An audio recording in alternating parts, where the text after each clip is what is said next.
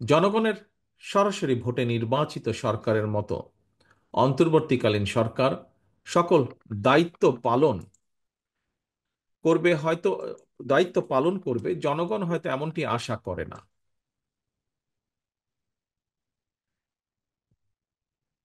তারপরেও সরকারকে নিয়ম মাফিক কিছু কাজ করতে হয়।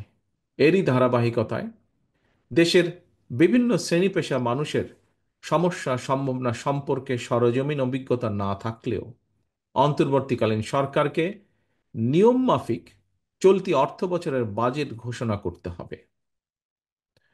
অতীত অভিজ্ঞতায় দেখা গিয়েছে প্রতিটি বছর প্রতিটি বছর জাতীয় বাজেট বাস্তবায়নের ক্ষেত্রে ঘাটতি বাজেট হচ্ছে মূল প্রতিবন্ধকতা।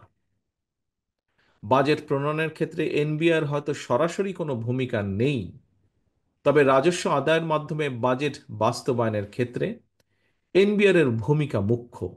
এমন বাস্তবতায় বাজেট পাশের ঠিক আগ মুহূর্তে অন্তর্বর্তীকালীন সরকার হঠাৎ করেই এনবিআর এর সংস্কার চাপিয়ে দিয়ে রাজস্ব আদায়ের ক্ষেত্রে যে একটি অচল অবস্থা সৃষ্টি করেছে, এটি আমাদের অর্থনীতির জন্য কিন্তু খুব ভালো বিষয় নয়।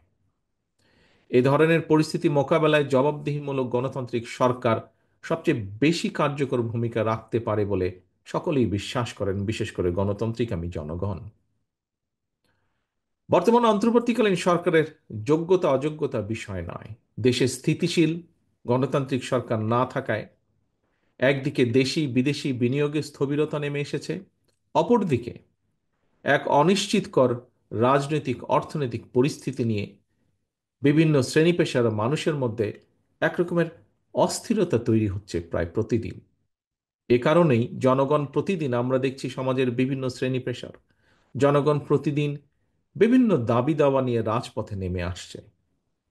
যদিও আনফর্চুনেটলি তাদের এই দাবি দাবা শোনার কেউ নেই এই মুহূর্তে।